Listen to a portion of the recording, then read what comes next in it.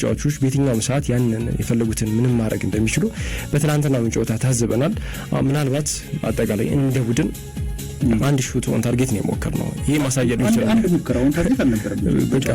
ኦፍ ታርጌት ናት እሷም ምን ያህል ክፍተት እንደነበረብን ነው የሚያሳየውና በተቃራኒው ግን የግብጽ ብሔራዊ ቡድን ከኛ በተሻለ በጥራት ከፍ ያለ ነው። አቡበከር አጠቃላይ ወደ 6 ሙከራዎችን ያዳ ነው ቀጥተኛውን ሙከራዎችን አድኗልና በመጀመሪያ አጋማሽ የሆነ ነውና ቡድኑ ምን ያህል ደካማ እንቅስቃሴ ያደረገ እንዳለ ማሳያ ሊሆን ይችላል። መጀመሪያውንም የሚጠበቁ ነገሮች ነበሩ።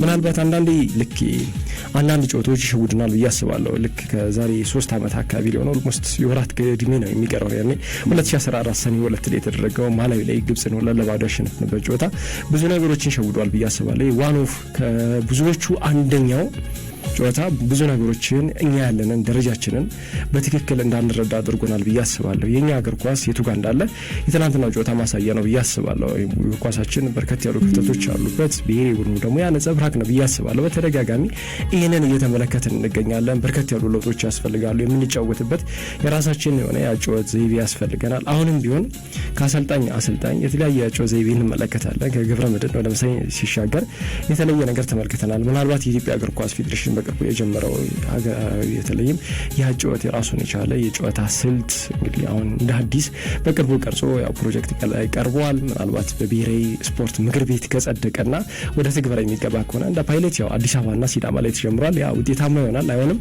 ሌላ ጥያቄ ነው። ምክንያቱም ፕሮጀክቶች ሁሉ ውጤታማ ላይሆኑ ይችላል። አንደኛው ፕሮጀክት የሚያስፈልግበት ምክንያት ለመሞከር ነው። የሆነን ሳምፕል ወስደ ከዛ በኋላ ምን አይነት ነገር ያመጣል በዚህ ይሄስ መንገድ ያዋጣናል የሚለው ለማየት ነው እንጂ በዘላቂነት ላይሆን ይችላል። በየአመቱ ችግሩኛ ምንድነው 20 አመት ሙሉ አንድ ፕሮጀክት ተብሎ ይዘርጋል። ፕሮጀክት ያጭር ጊዜ ነው፣ ለሳምፕል መለኪያ ነው። እኛ ሀገር ግን የምንመለከተው ልክ 90 ላይ የነበረው ፕሮጀክት አሁንም ስሙን ሳይቀየር ምንም የተሻሻለ ነገር ሳይኖረው የስልጣና መንገዱም ሳይቀየር የምንመለከተው ግን ተመሳሳይ ነገር ነው ያውየን የምንገኘው። ይሄ ደግሞ ብሔራዊ ቡድኑ ላይ በትክክል ተጽዕኖ እየፈጠረ ነው። ምናልባትም አሁን ቆም ብለን እንደሌሎቹ ሀገራት የቱ ጋር እንዳለን ችግሩን ካወቅን የመፍትሄውን ቢያንስ 50% መተናል ማለት እንችላለን። አሁን ግን ችግራችንን አላወቅንም እንደ ሀገር ብዬ አስባለሁ። እግር ኳሳችን የቱ ጋር የታመመው ሁሉ ጊዜ ልክ ብሔራዊ ቡድኑ በተሸነፈ ቁጥር የሆነ ውጤት በጠፋ ቁጥር ግራስ ሩት ላይ ይባላል። ሁሌ ነው በቃ ጋዜጠኛውም አሰልጣኙም የፌዴሬሽኑ ማመራር ሁሉም ሰው ግራስ ሩት ላይ ይላል። ግራስ ሩት ላይ ነው ወይ የኛ ችግር ወይንስ ከላይ ነው? የትኛው ችግራችንን አላወቅ ነው። ህመማችንን ሳናውቅ ለመድኃኒቱ ነው እኛ እየሮጥን ያለነውና እንደ ሀገር የጨዋታ ቀደም ብሎ የሚጠበቀው ነው የሆነው ብዬ ነው የማስበው። ከዚህ የተሻለ ውጤት አልጠበቅንም። ምክንያቱም ቡድኑ የነበረበት ወቅታዊ ፎርም ይታወቃል። የግብጽ ብሔራዊ ቡድን ደግሞ እየተዋሃደ የበሰለ የመጣ ብሔራዊ ቡድን ነው ብዬ ነው የማስበው። ማለት ይሄ በጣም ኦብቪየስ የሆኑት ይሄ የተለመዱትን ጉዳዮች ከዚህ ከብሔራዊ ቡድናችን ጨዋታ መልስ ማንሳት አጠቃላይ እንደዚህ እንደ ባለሙያም ከዛ ባሻገር ደግሞ እንደ እግር ኳስ ወዳድም እንደ ተመልካችም እንደ ኢትዮጵያዊም ያማል። ምክንያቱም የዛሬ 20 ምናምን ዓመትም የኢትዮጵያ ብሔራዊ ቡድን ሲሸነፍ ተመሳሳይ ነገሮች ናቸው ቢነሱት፣ አሁንም ተመሳሳይ ነገሮችን ነው እያነሳን የምንገኘው። ስለዚህ የኢትዮጵያ እግር ኳስ ዘመናትን አባክኗል ማለት ነው። ብልጭ በሚሉ ስኬቶች ውስጥ እንግዲህ የማላዊ የቢንጉን ጨዋታ ስታነሳ ነበር። ያ ምናልባት ብልጭ ካሉ የእግር ኳሳችን ስኬቶች መካከል አንዱ ነው። ለምን አሸነፍ የሚለውን ነገር እንኳን አናውቅም። አሁን ለምሳሌ የትናንትናው ጨዋታ ላይ እንደ ቡድን ያኔ ማሰልጣኝ ምናልባት ውበቱ አባተ ያኔ ተናግረው ነበር። ሰርተን ነው ያመጣነው በምን መልኩ ያሸነፍ ነው ተብሎ ጥያቄ ቀርቦለት ነበር ከጨዋታው። ግን ከሰራን ኮንቲኒቲ ያስፈልገዋል እግር ኳስ ላይ ልክ ነው። በስቲ እናነሳዋለን በሂደት ግን አሁን ይሄኛውን ጨዋታ ብቻ እንትን ብለን እንምጣ ወይ የትናንትናው ጨዋታ ብቻ በተለየ ሁኔታ እንመልከተው። በእርግጥ አሰልጣኙ ከጨዋታው በኋላ በሰጡት አስተያየት ላይ ጎል እስኪቆጠርብን ድረስ ይሄ ለመገዳደር ሞክረን ነበር ብለዋል። በተወሰነ መልኩ እውነትነት አለው። ጅምሩ ጥሩ የሚባል አይነት ነበር ለኢትዮጵያ ብሔራዊ ቡድን። ግን ደግሞ ጥሩነቱ በእኛ ጥንካሬ ነው ወይስ ደግሞ የተጋጣሚዎቻቸው ወይም ደግሞ የዚህ የግብጽ ብሔራዊ ቡድን ተጫዋቾች ወደ ጨዋታው ሪትም እስኪገቡ ድረስ ነበር የኢትዮጵያ ብሔራዊ ቡድን እንደው ስትራክቸር ያለው ቡድን ይመስል ነበር?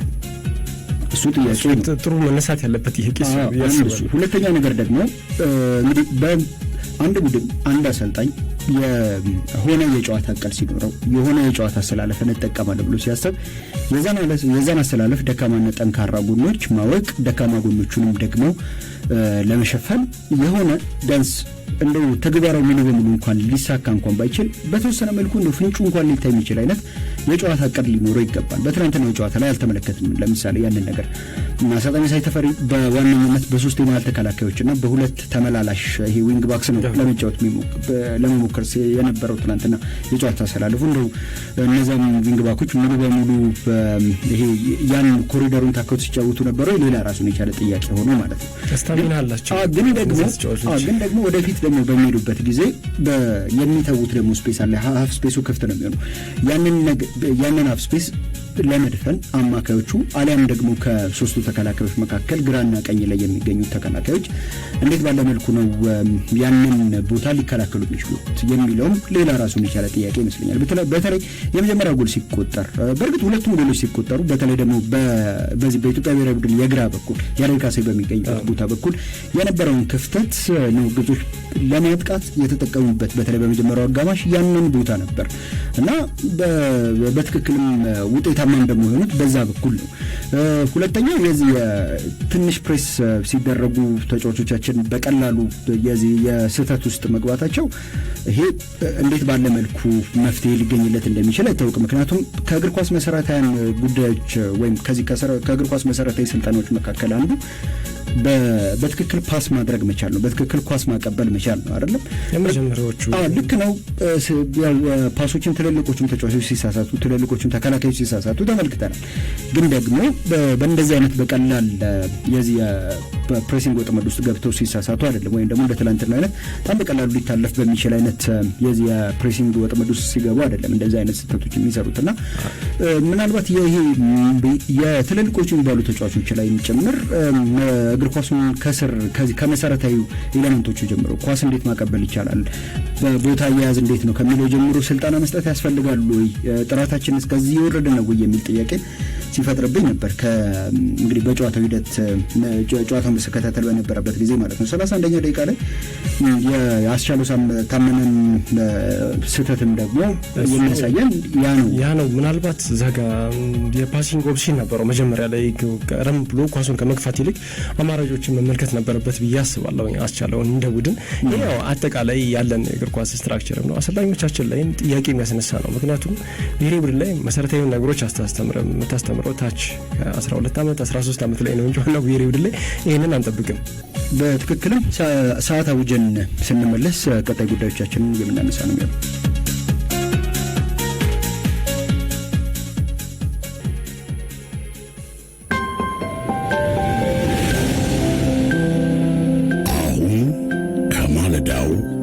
ሰዓት ሆኗል። ቀላል፣ ፈጣን፣ ምቹና አስተማማኝ በሆነው ቴሌብር አኗኗሩን ያዘምኑ፣ ሕይወቱን ያቀሉ። ኢትዮ ቴሌኮም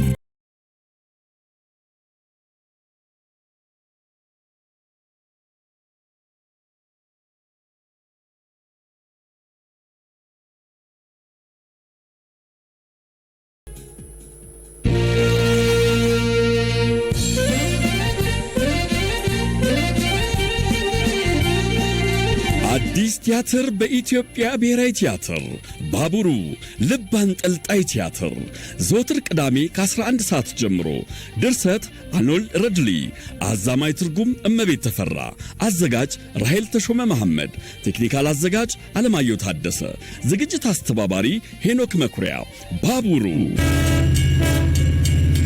ባቡሩ በቁጥጥር ስር ውሏል። ተዋንያን ተስፉ ብርሃኔ፣ መሰረት ሕይወት፣ መርሻ ጌታሁን፣ ምትኩ በቀለ፣ ብሩክ ምናሴና ሌሎችም ወጣት ተዋናያን ድንቅ ችሎታቸውን የሚያሳዩበት ባቡሩ ኑና አብረን እንሳፈር። ዘወትር ቅዳሜ በ11 ሰዓት በኢትዮጵያ ብሔራዊ ቲያትር።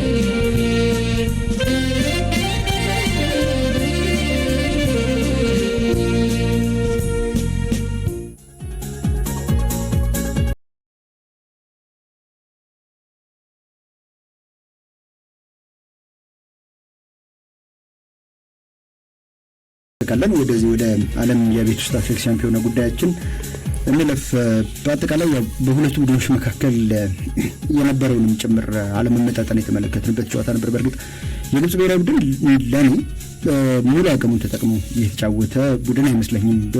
እንዴት ነው በዚህ በመኪና ቋንቋ እንኳን እንግለጸው ከተባለ ማለት በአንደኛ በጣም ገፋ ከተባለ በሁለተኛ ማርሽ ነበር ሲንቀሳቀስ የነበር። መሐመድ ሳላህ ሲሮጥ የተመለከትንባቸው አጋጣሚዎች በጣም ጥቂት ነበሩ እና በጣም ይሄ ቅዝቅዝ ያለ ምንም አይነት ፉክክር ያልነበረበት በተለይ በሁለቱም ቡድኖች በኩል ፉክክር እንዳልነበረበት ማሳያው እምብዛም ጥፋቶች አልነበሩ። ከዛ ባሻገር ደግሞ ካርዶቹ መጨረሻ በትናንትናው ጨዋታ ላይ ምንም ካርድ አልተመዘዘም እና ይሄ የአንድ ወገን ብቻ ጨዋታ እንደነበር ማሳያ ነው። የረመንድ ጨዋታ ምንም ይሄና በፉክክር ደረጃ የምንመለከተው ጨዋታ ቢሆን ግጭቶች ይኖራሉ፣ ሃይ ኢንቴንሲቲ ያለው እንቅስቃሴ ይኖር ነበር።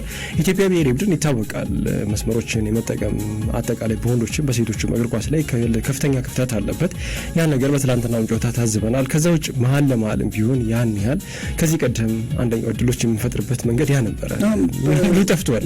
ሶስቱንም ዲፓርትመንቶች የሚያገናኙ ተጫዋቾች አልነበሩትም። ለምሳሌ የተከላካይ ክፍሉ ከአማካይ ክፍሉ፣ የአማካይ ክፍሉ ከአጥቂ ክፍሉ ፍጹም ተነጣጥሎ ነበር። ኮኔክተር የለውም። እንደገና ደግሞ እርስ በርስ እዛው በዲፓርትመንቶቹ መካከል በተከላካዮቹ መካከል የመናበብ ችግር፣ የዚህ የቦታ አያያዝ ችግር፣ በአማካዮቹም ጋር እንደዚሁ የአለመግባባት ችግር ወይም ያለመናበብ ችግር በእርግጥ በሚገባው መጠንም ኳሶች እያገኙ አልነበረም። አጥቂዎቹ ፍጹም ከጨዋታው ውጭ ነበሩ። ምክንያቱም ምንም ሰርቪስ አይደርሳቸውም ነበረ። በተለይ ደግሞ በሁለተኛው አጋማሽ ምንም አይነት እንደው እስከ 70ኛው ደቂቃ ድረስ ወደ ግብጽ በፍጹም ሳጥን ክልል ውስጥ መድረስ አልተቻለም ነበር ኳስ። ያም ደግሞ የተደረሰውን ደግሞ ኳስ በበረከት ደስታ የተሳሳተ ውሳኔ ምክንያት በቀላሉ ስቴፋን አልሻናዊ ይዞት ኳሱ እንደ ሙከራ እንኳን ሳይቆጠር ነው የቀረው። ለማንኛውም ጨዋታው በዚህ ውጤት መጠናቀቁን ተከትሎ ወይም በግብጽ 2-0 አሸናፊነት መጠናቀቁን ተከትሎ የኢትዮጵያ ብሔራዊ ቡድን ከ5 ጨዋታዎች 3 ነጥብና 5 ጎል ይዞ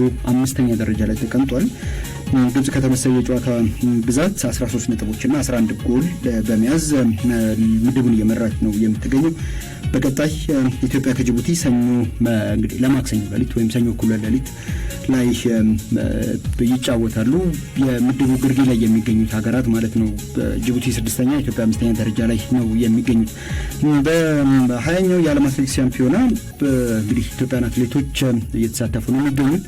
ትላንትና የተለያዩ የማጣሪያ ውድድሮች ተደርገው ነበር። በ1500 ሜትር ሴቶች ጉዳፍ ጸጋይና ደረቤ ወልተጂ ወደ ፍጻሜ ማለፋቸውን ያረጋገጡበትን ውጤት አስመዝግበዋል።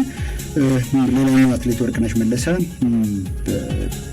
በሌሎች ምድቦች ምናልባት ብትኖርበት ኖሮ ከሰው በፊት በነበሩ ምድቦች ላይ ብትኖር ኖሮ ወደ ፍጻሜው ላይ ያሳልፋት የሚችልን ፈጣን ሰዓት ነበር ያስመዘገበችው። ግን ደግሞ ከምድቡ 4ኛ ሆና በመጠናቀቋ ምክንያት ወደ ቀጣዩ ዙር ማለት ነው ወደ ፍጻሜው ሳታልፍ ቀርታለች።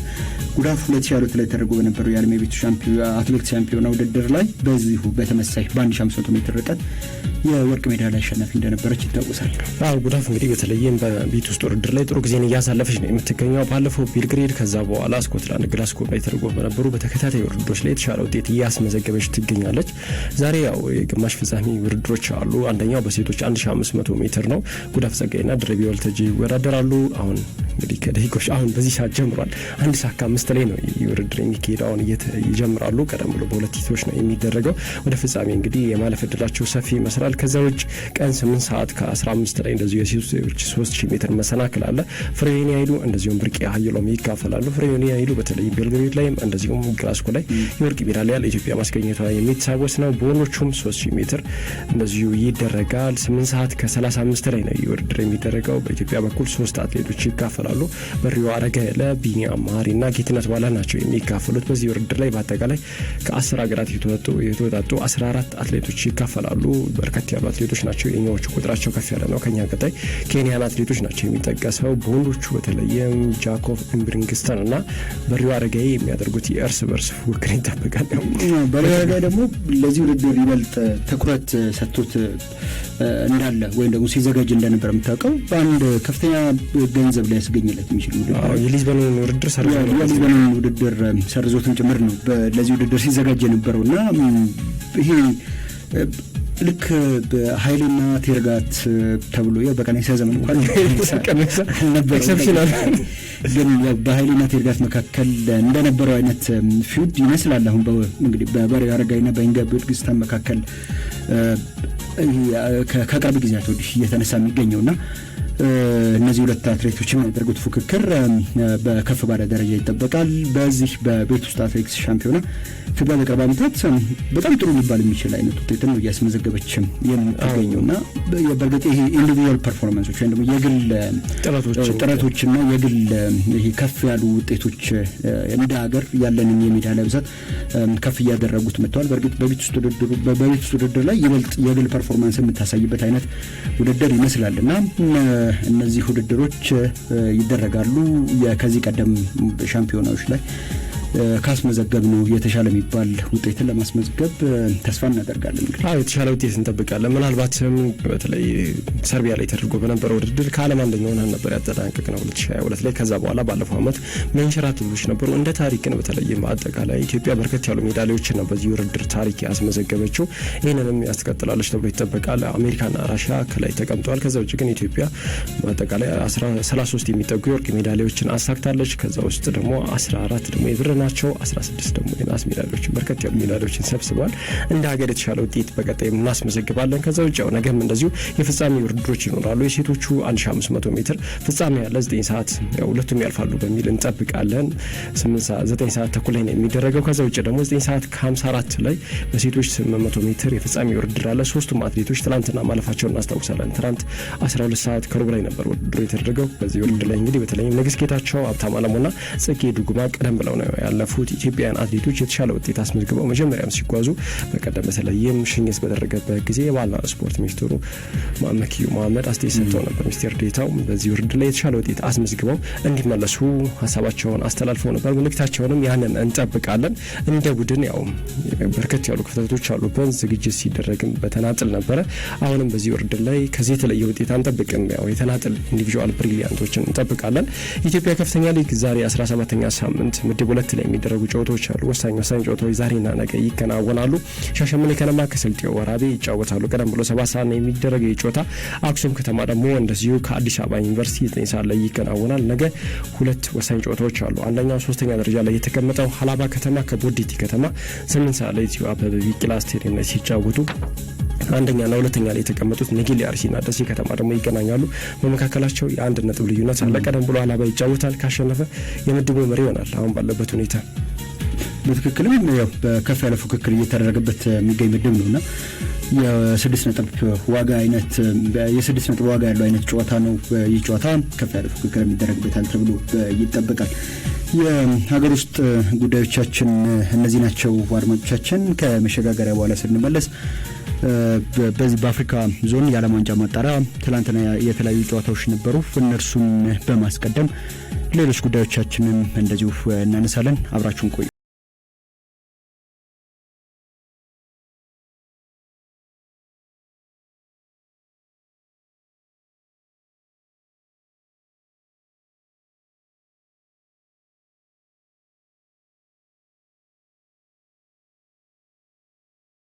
ቲያትር በኢትዮጵያ ብሔራዊ ቲያትር 12 እንግዶች የሰው ልጅ የተፈጥሮ ውስብስብነት ፍትህ መሻት የሚዳስስ ልብ አንጠልጣይ ቲያትር 12 እንግዶች ዘውትር እሁድ በ8 ሰዓት።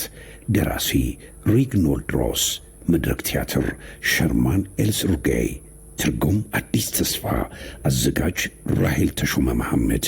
በአንድ ክፍል ውስጥ ስፍር ቁጥር የሌላቸው ግጭቶች፣ ጭንፈት፣ ጥላቻ፣ ምክንያታዊ ጥርጣሬና ፍትህ የሚሟገቱበት። ተዋንያን ጳውሎስ አለማየሁ፣ ቢንያም ወርቁ፣ ዳንኤል አሸናፊ፣ መርድ ተስፎ፣ ማህተባ ኃይሌ፣ ምትኮ በቀለ፣ አንዷለም ካሳውን፣ ዳዊት ብርሃኔና ሌሎቹም የሚሳተፉበት 12 እንግዶች ዘውትር እሁድ በ8 ሰዓት የኢትዮጵያ ብሔራዊ ቲያትር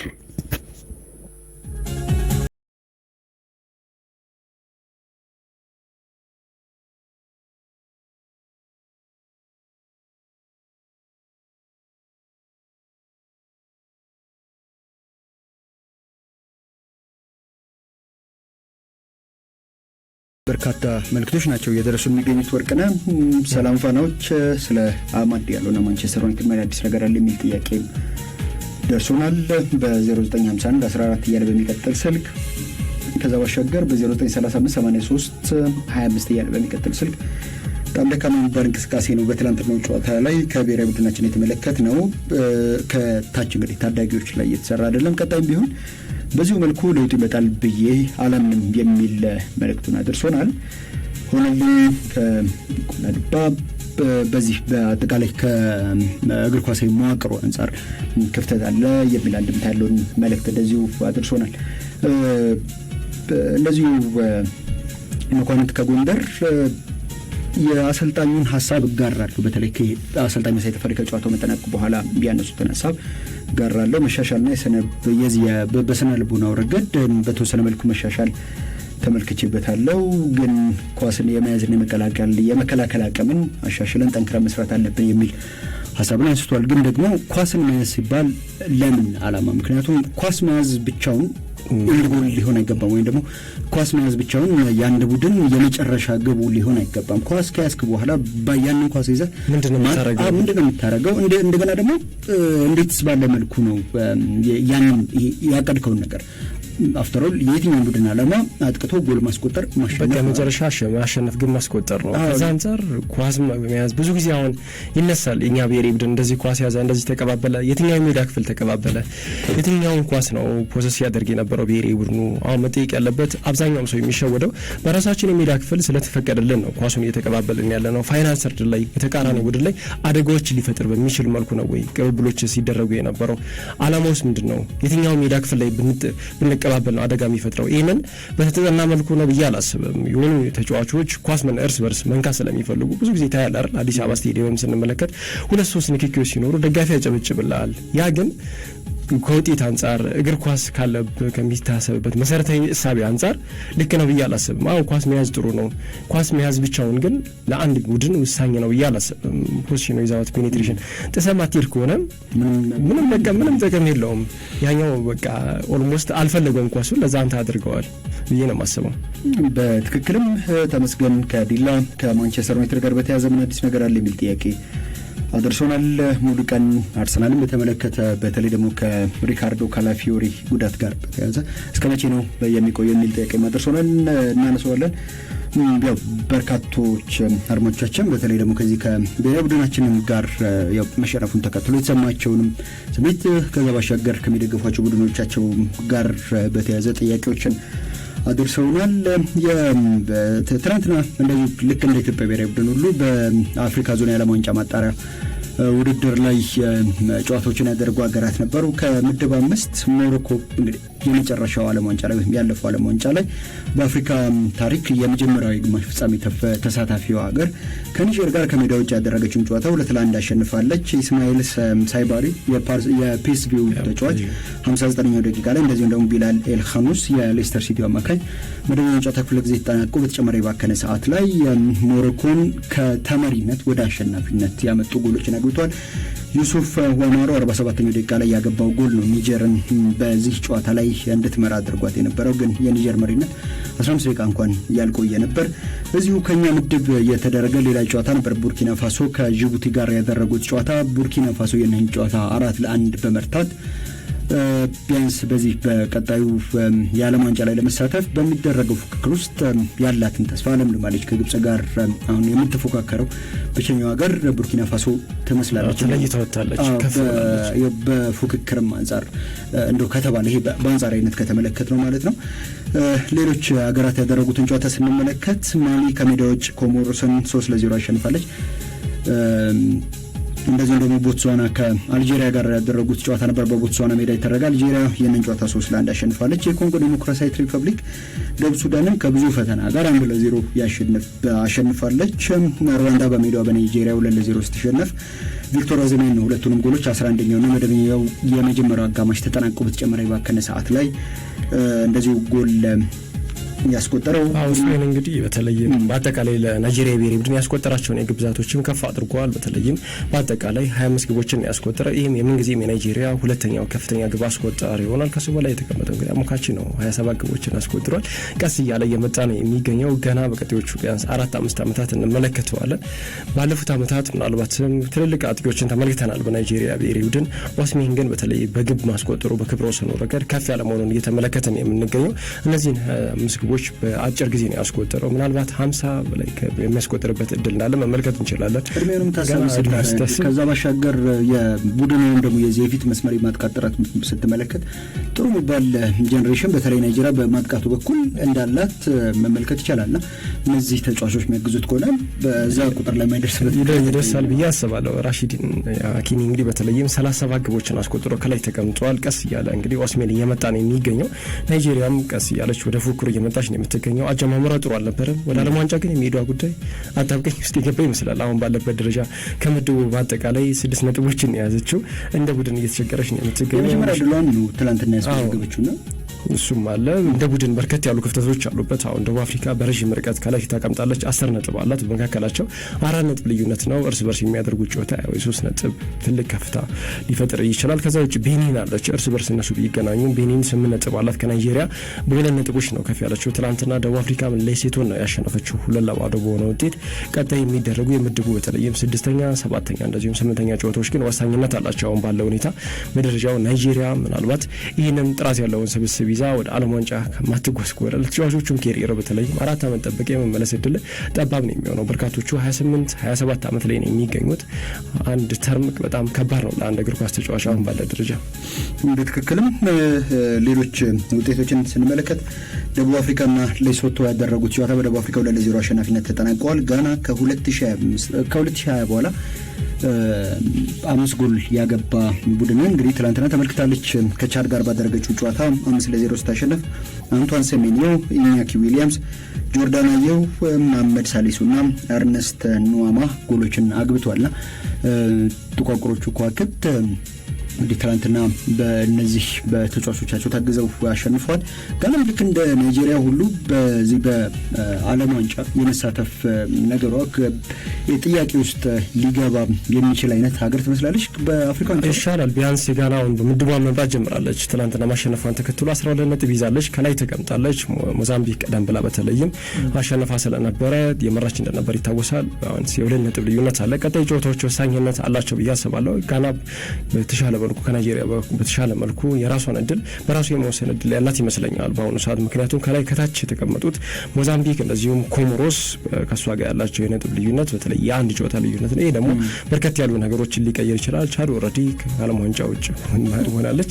አሁንም ግን ለሶስቱ የሰፋ እድል ያለ ይመስላል። ጋና፣ ሞዛምቢክ እንደዚሁም ሌላኛዋ ደግሞ ኮሞሮስ የተሻለ እድል አላቸው ከማዳጋስካር ጋር። በትክክል እነዚህ ጨዋታዎች ትላንትና ተደርጓል በአፍሪካ ዞን። ዛሬ ቶጎ ከሞሪታኒያ ምሽት 1 ሰዓት እንደዚሁም ደግሞ ሱዳን ከሴኔጋል ጋር ምሽት 4 ሰዓት ላይ የሚያደርጓቸው ጨዋታዎች ይኖራሉ። በአውሮፓም እንደዚሁ የዓለም ዋንጫ ማጣሪያ ጨዋታዎች መደረግ ጀምረዋል። ትናንትና ከምድብ 11 እንግሊዝ በአሰልጣኝ ቶማስ ቱኸል ስር የመጀመሪያ ጨዋታዋን አድርጋው 2-0 አሸንፋለች። አንዶራን ማይልስ ሉዊስ ስኬሊ 20ኛው ደቂቃ ላይ እንደዚሁም ደግሞ ሃሪኬን 77ኛው ደቂቃ ላይ ነው ጎሎችን ያገቡት። የ18 ዓመቱ ወጣት በመጀመሪያ ጨዋታው ነው እንግዲህ ጎል ያገባው። ከዛ ባሻገር ደግሞ የጨዋታውን ኮከብ ተብሎ የተመረጠው እየተጫዋች ነው። በይሄ ለሱ ምናልባት የህይወቱ ምርጡ እና በህይወቱ መቼም ምናልባት የማይረሳው አይነት የውድድር ዘመንን እያሳለፈ የሚገኘው በሁሉም ውድድሮች ላይ ለክለቡ ዋናው ቡድን የመጀመሪያ ተሳትፎ ነው ያደረገበት የውድድር ዘመን ነው ይሄኛው። ከዛ ባሻገር አሁን ደግሞ በብሔራዊ ቡድንም የመጀመሪያ ጨዋታውን አደረገ። በመጀመሪያ ጨዋታው ጎል አስቆጠረ። ደግሞ ጎል ያስቆጠረው ለእንግሊዝም በቀጣይ ተፎካካሪ ብቻ ሳይሆን የዋንጫዎች አሸናፊ እንዲያደርጓት በታምኑባቸው በመጡት በአሰልጣኝ ቶማስ ቱኸል የመጀመሪያ ጨዋታ ላይ መሆኑን የበለጠ በአሰልጣኙ ዘንድ ሊኖረው የሚችለውን ኢምፕሬሽንም እና ደግሞ ወደፊትም ደግሞ አሰልጣኙ እሱም በተደጋጋሚ ለብሔራዊ ቡድን የመጥራታቸውን እድል ከፍ ሊያደርግለት ይችላል። በትላንትናው ጨዋታ ላይ ጁድ ቤሊንጋም በጣም የተለየ ሊባል የሉዊስ ስኬሊን ኳስ አመቻችቶ ያቀበለው እሱ ነው። ከዛ ባሻገር ደግሞ ከዴክላን ራይስም ጋር ደግሞ የነበራቸው ጥምረት አማካይ ክፍል ላይ እጅግ በጣም አስደናቂ ነው እና ቶማስ ቱኸል የእነዚህን ተጫዋቾች ውህደት እስከምን ድረስ ያልቁታል የሚለው ነገር ይጠበቃል። በእርግጥ በቻምፒየንስ ሊግ በክለብ ደረጃ በቀጣይ እርስ በርስ የሚገናኙ በትናንትናው ጨዋታ ላይ ግን ብሔራዊ አገልግሎታቸውን በአግባቡ ተወጥተዋል። ከጨዋታ መጠናቀቅ ሃሪ ኬንም 7ኛም የእንግሊዝ ብሔራዊ ቡድን ጎሉ ላይ ደርሷል።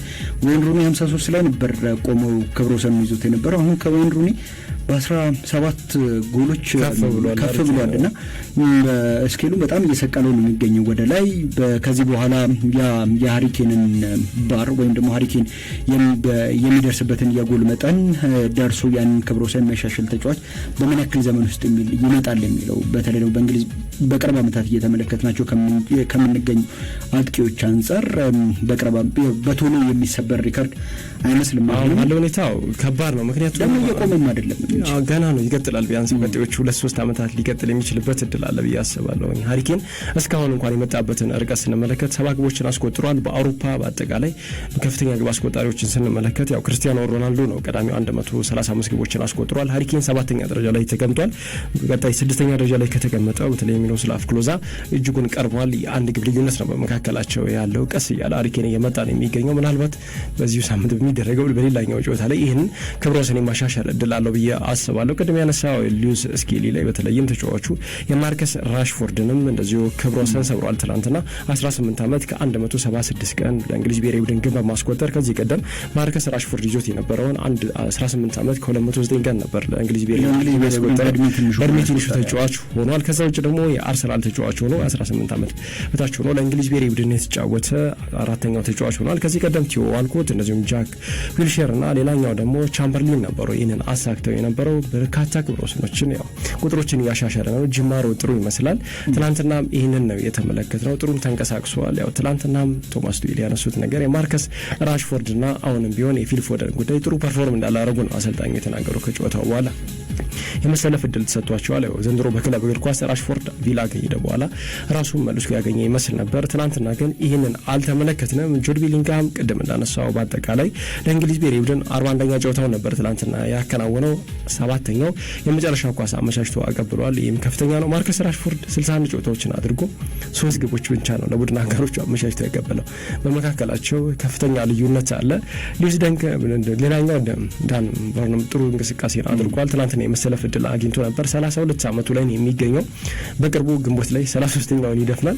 2010 ላይ በተለይም ኬቨን ዴቪስ በ33 ዓመቱ ለእንግሊዝ ብሔራዊ ቡድን የመጀመሪያ ጥሪ ከደረሰው በኋላ የመሰለፍ እድል ካገኘ በኋላ የመጀመሪያው ተጫዋች ሆኗል። በእንግሊዝ እግር ኳስ ታሪክ በተለይም በእድሜ ትልቁ የመጀመሪያ ጥሪ ተደርጎለት የነበረው አሌክሳንደር ሞርተን እንደነበር እናስታውሳለን። ለእንግሊዝ ብሔራዊ ቡድን በ1873 ነበረ በእንግሊዝ ብሔራዊ ቡድን የግብ ጠባቂ ጥሪ ተደርጎለት የነበረው። ከዛ በኋላ ሌሎች ጥሪዎችንም ተመልክተናል። አሁን ደግሞ ዳንበር ለእንግሊዝ ብሔራዊ ቡድን የመጀመሪያውን ጥሪ ተደርጎለት ትላንትና ጨዋታውን አከናውኗል።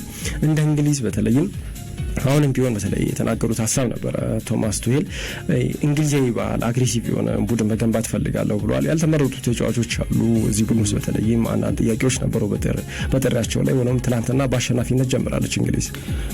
የመጀመሪያ የእንግሊዝ ብሔራዊ ቡድን አሰልጣኝነታቸውን ውል ከፈረሙ በኋላ የእንግሊዝ ብሔራዊ ቡድን የዚህ የአገሪቱ እግር ኳስ ፌዴሬሽን አርማ 3 አንበሶች ያሉበት አርማ ላይ አንድ ኮከብ ብቻ ነው ያለው። አንድ ዓለም ዋንጫ ማሸነፉን ተከትሎና ተጨማሪ ከዋክብትን እዚህ አርማ ላይ ማሳረፍ አለብን በሚል ይሄ የቡድኑ ላይ ያለውን የአሸናፊነት መንፈስ ከፍ ለማድረግ ሞክረው ነበር። አሁንም ከትናንትናው ጨዋታ መጠናቀቅ በኋላ በተለይ ደግሞ ከተጫዋቾቻቸው ይበልጥ ብዙ ነገር እንደሚጠብቁ ማሳያ የሆነ አስተያየት ነው። ለነ ማርከስ ራሽፎርድም መልእክት የሆነ አስተያየት ነው።